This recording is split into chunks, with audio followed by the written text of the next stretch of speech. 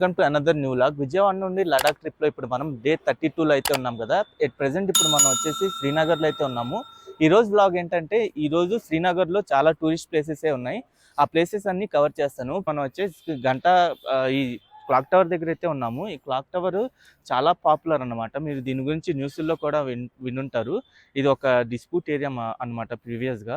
ఈ clock tower దగ్గర ఎవరు లేకపోవడం వల్ల, ఖాళీగా ఉండడం వల్ల అయితే ఇక్కడ ఫోటోలు దిగడానికి చాలా బాగుంది. చాలా నీట్గా అయితే చేశారు ఈ క్లాక్ టవర్ కూడా ఇంతకు ముందుతో పోల్చుకుంటే. దీని నైట్ వ్యూ కూడా చాలా బాగుండిద్దని విన్నాను. నేను కుదిరితే నైట్ వ్యూ కూడా దీన్ని చూపిస్తాను. ఇంకో లొకేషన్ వైపు అయితే వచ్చాము. ఈ లొకేషన్ పేరు వచ్చేసి జీరో బ్రిడ్జ్ అంటారు. ఇది క్లాక్ టవర్ దగ్గర నుండి దగ్గరలో అయితే ఉంది. 2.6 కిలోమీటర్స్ దగ్గరలో అయితే ఉంది. అందుకని ఇది అయితే చూపిస్తున్నాను. యాక్చువల్లీ ఇది నైట్ వ్యూ అయితే చాలా బాగుండేది ఈ బ్రిడ్జ్. ఇది కుదిరితే నేను ఆ క్లాక్ టవర్ను దీని నైట్ వ్యూ కూడా చూపిస్తాను.